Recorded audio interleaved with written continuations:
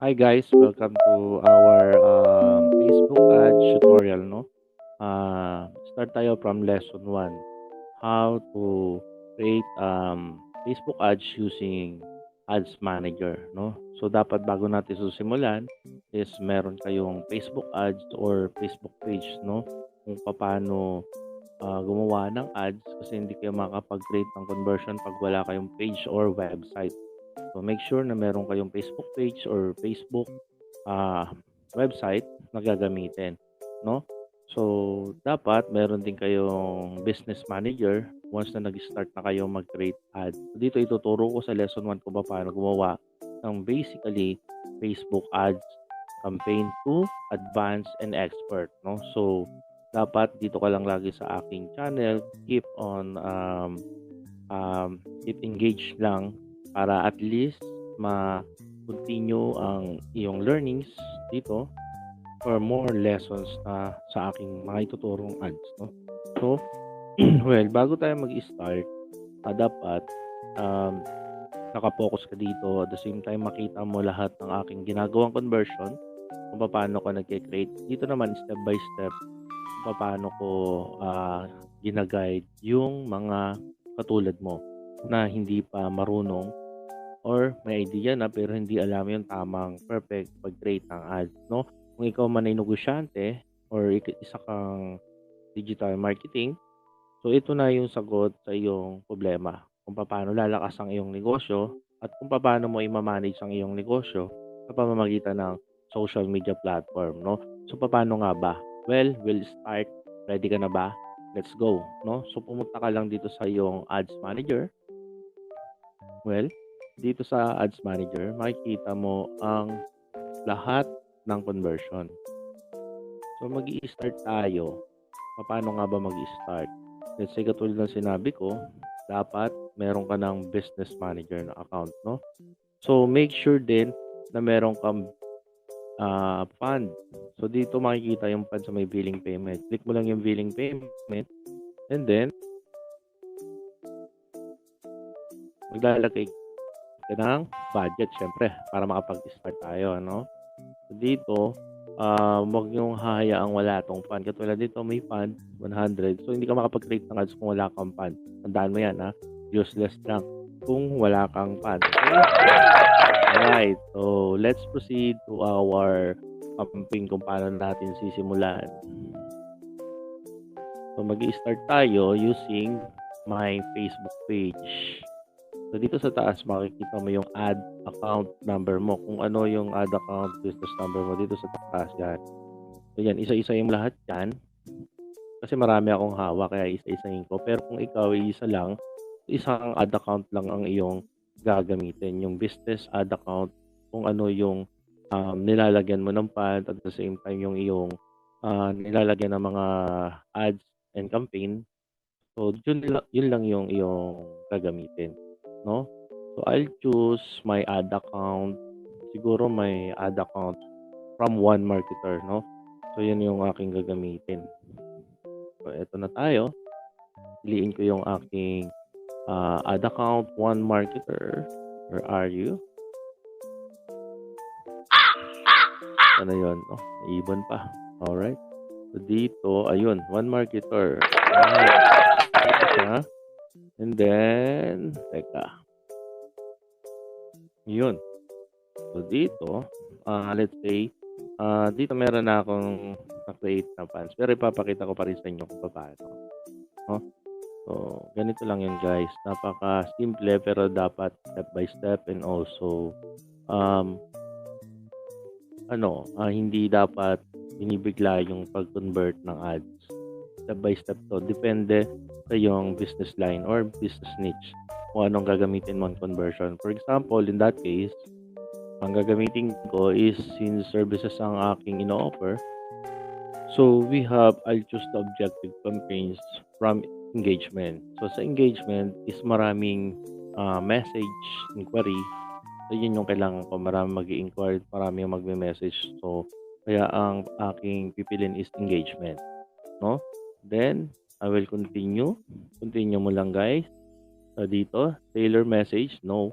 So, dito tayo sa manual. para at least malalagyan mo ng mga settings ng audience and targeting. Mas maraming option and retargeting natin. Right? So, I'll choose the manual campaign. And then, sa strategies, so lalagay natin dito is, for me, lalagyan ko muna ng name. Importante, lagyan mo ng name. And then, name niya is lesson 1. Diba? So, lesson 1. But, I'll choose the campaign strategies for campaign budget and optimization. So, CBO ang tawag to, no? So, lalagyan mo siya, i-on mo siya dito. And then, syempre, daily budget. Kung lifetime naman, ito yung may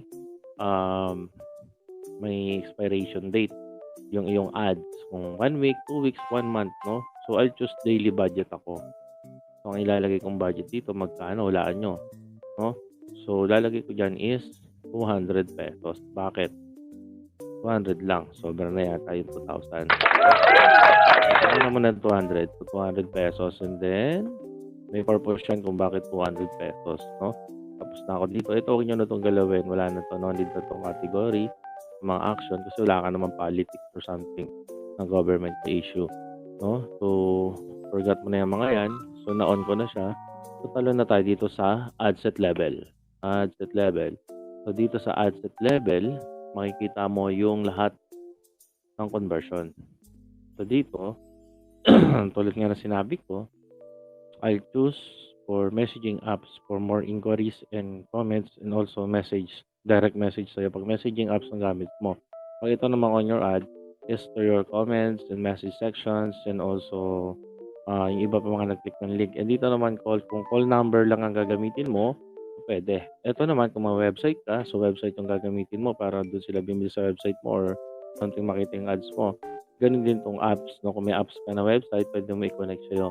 Siya yung piliin mo. And then also Facebook page, kung gusto mong lumakas ang iyong likes and followers. So ito yung pipiliin mo. So Facebook page. So right, nakikita nyo ba?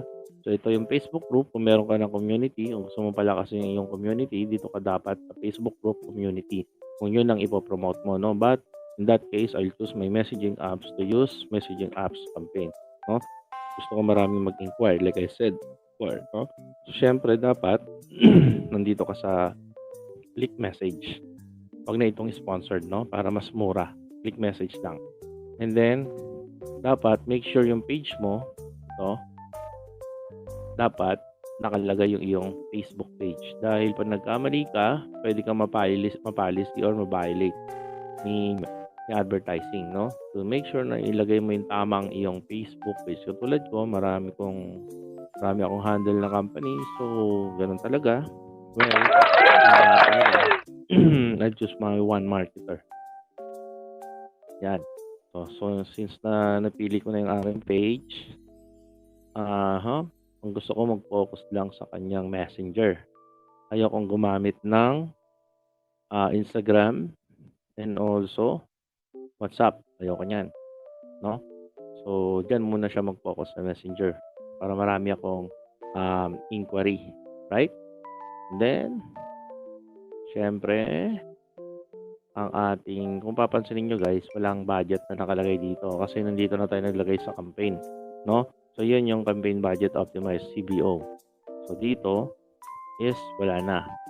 So, I will schedule for, ito yung perfect time schedule. Tandaan nyo to The perfect time reset ni Meta is 11:59 p.m. Alright? So, schedule natin siya. Huwag kayong basta magrarun ng ads, lalo na't hapon or gabi.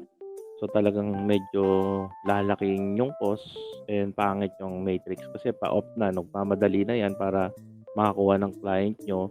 So, kakainin talaga yung budget nyo. No? So, yun yung different kung bakit huwag kayo magagawa ng ads ng hapon at gabi.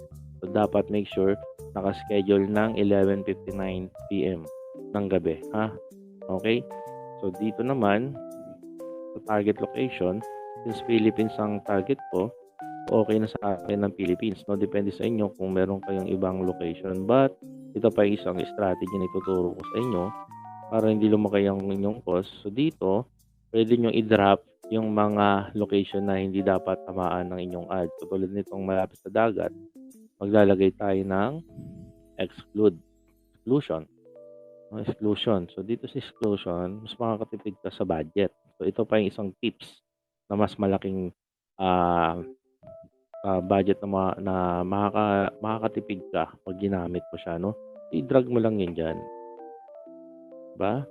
Drag mo lang siya sa dagat kasi parang hindi na imiikot yung ads ko dyan, no? So, kaya dyan ko ilalagay yung aking pin. Hanapan mo lang siya dyan ng portion kung saan mo siya madadrag. Yun, meron na. So, yun. Hindi na natatamaan ng ads ko. Kasi, kapag drag na ako dito, siyempre medyo maliit pa yung kinain niya. So, lahat yan pwede mong punuin. Buong sasakupan ng area na yan para mas makatipid ka doon sa iyong budget. Hindi niya nagastan pa magawa ng algorithm dito. Para dito na siya dadaan sa mga mapa na yan. Ayan. Pwede nyo lagyan lahat yung slot ng mga dagat, no? So, since is lesson 1, sample ito. So, ganun yung gagawin nyo. So, gagawin ko na siyang 50 para mas malaki. Ang laki na kinain niya, buong dagat dito sa gitna, oh. Di ba? It's simply. No? So, pwede kang magdrag dyan, kahit saan dyan, na exclusion para mas maka-budgeted ka. No? Alright? So, clear na tayo dito sa sa ating target location, no? Well, so dito naman tayo sa ating audience and options, no? Since na age ang gamit ko, is gusto ko yung may category na sa business and talagang stable, medyo may mga stable business na and work. So, I'll choose 25 years old. And also, hindi naman dapat sobrang overage na. So, yung mga working pa, I think maybe 44 years old. I'll choose 44 years old. 25 to 44 years old. No, depende yan sa inyo kung ano gusto nyo. And also the targeting. No? So, dito, demographic. Kung ano yung mga target location at detailed target na specific doon yun sa inyong business. For example, ang target mo is actually sa akin, one marketer. So, dito, tatargetin ko yung mga business owner. So, ito. So, ganyan. So, yan. Yung mga ilalagay ko. So, nagbibigay naman siya ng automatic na suggestion. I-click mo lang siya. So, ganyan. Sunod-sunod na yan. Click mo lang yan. Puro mga sakto yan sa iyong targeting, no? But, dito sa situation na ito, I have advanced audience na ginawa na, no? So, ito lahat is meron na akong ginawang copy nito. So, ito yung advanced na. Nandito na tayo sa advanced targeting, no? Since na naka-manual ako, gagamit ako ng switch to original audience. Hindi ako gagamit ng advantage plus, no? I will choose the use original audience and then I'll choose, papansinin nyo guys, wala na yung advantage plus, no? So, nandito na ako sa create a new audience and also use your saved audience. Since na may audience na ako, sinabi ko, gagamitin ko ngayon yung aking audience, no? Boom! I-click nyo lang tong use save audience. So, lalabas na to ng mga kinirate nyo. So, tuturuan ko kayo kung paano gumawa dito for the second lesson natin, no? Kasi ito yung ginawa kong audience, 51 to 60. I will choose to 51, 60 and 8 to 9% lookalike audience, no? Gumamit din ako niyan. Kung papansinin nyo, naka 7 to 9 to 8% siya. And then, this one is 51 to 60M na rin. So, gagamitin ko muna itong aking 51 to 60M business owner using save audience, no? So, tandaan nyo guys, ha? So, ayan. So, meron akong audience. Automatic. Tuturuan ko kayo kung paano gawin to sa lesson 2. Alright? So, keep in touch lang and always subscribe to our YouTube channel. And don't forget to click the link below and comment sa section. And also sa placement naman, depende kung anong creatives yung gagamitin mo, no? So, okay na tayo dito. Pinakita ko sa inyo, meron akong audience kung paano gagamitin. And also dito, scheduling date and kung anong conversion, messaging apps. And then, I will put the name, asset name for lesson 1 again. Lesson 1. Alright?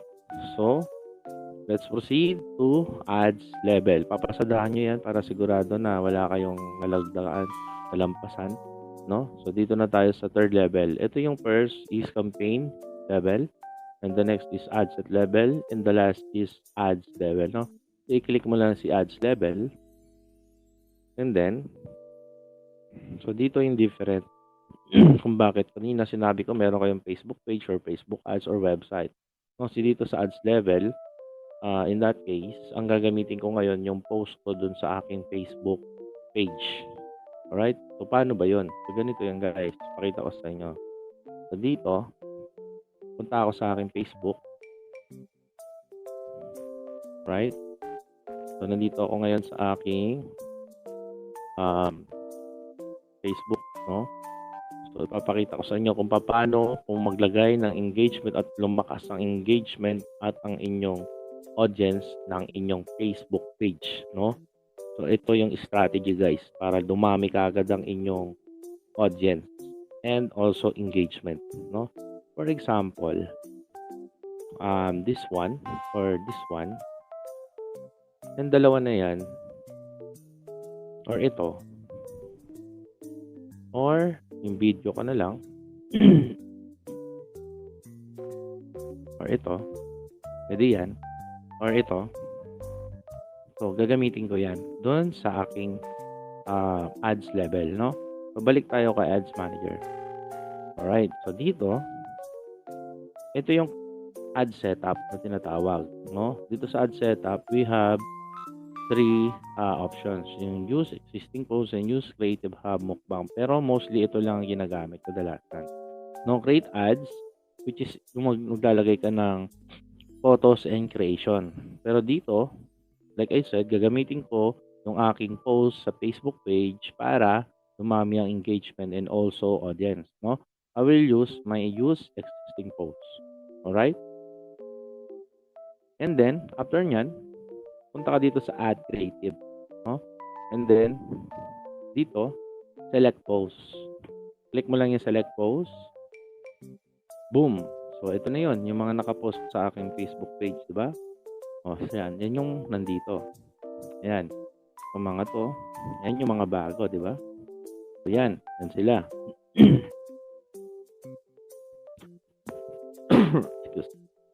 So, yun, dito is, kung papansin ninyo, ito yung gusto kong gamitin, itong photo na to.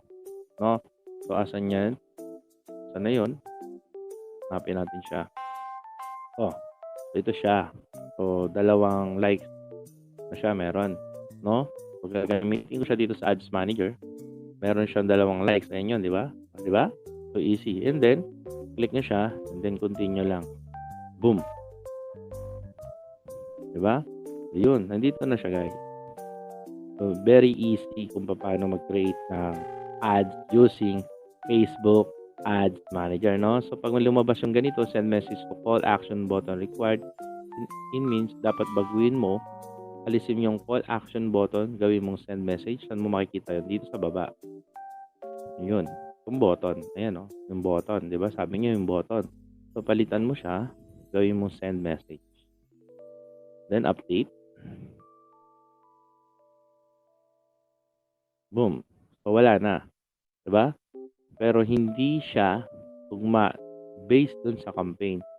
So, i-refresh mo lang. Minsan, naglalag lang kasi ang ating ads manager, no? Pag ganyan, hindi mo kagad napalitan yung action button. Tignan natin kung magbabago. Yan yung mga error, yung mga hindi mo ina-expect na may ganun pala na possible na hindi pa rin siya nagre-red pa rin. Ibig sabihin hindi pwedeng i-gamitin sa campaign, no? Since ganun pa rin siya, naka-red pa rin, so ang gagawin mo yan guys is papalitan mo pa rin ng another post, no? Kung saan siya mag-pipit doon sa iyong gagamitin, no? Yan, teka lang.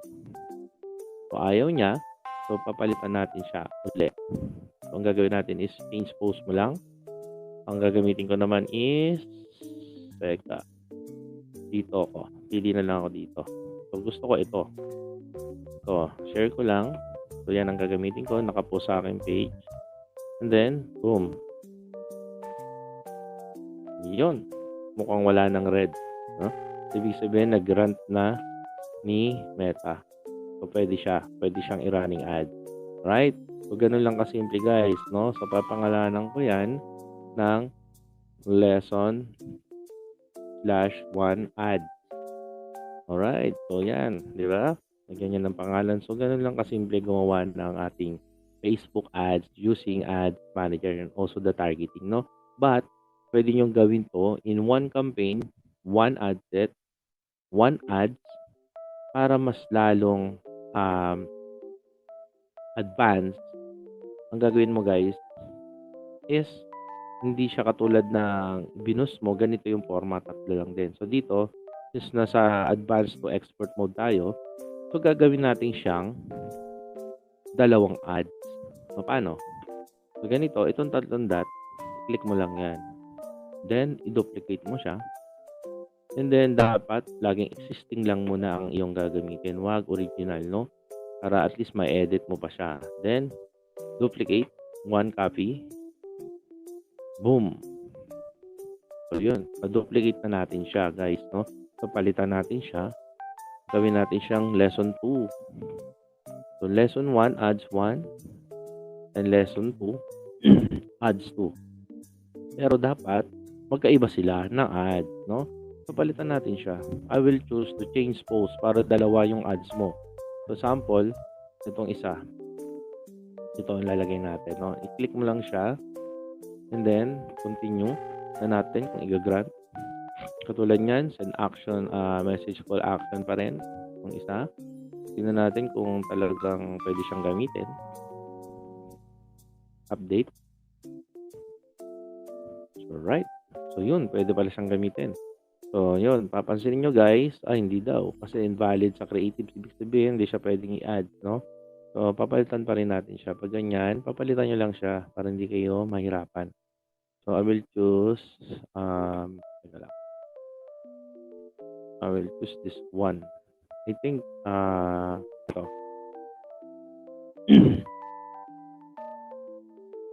Ayan. So, yun. Tignan natin kung granted na. So, granted na siya. Wala na yung red. So, napalitan na natin, di ba? So, meron na tayong dalawang ads. Ito yung 1. Ito yung 2. Di ba? So, very easy and advanced targeting. And also, meron ka ng dalawang ads using one campaign, one ad set, and 2 ads. No? Wow, di ba? So, very powerful.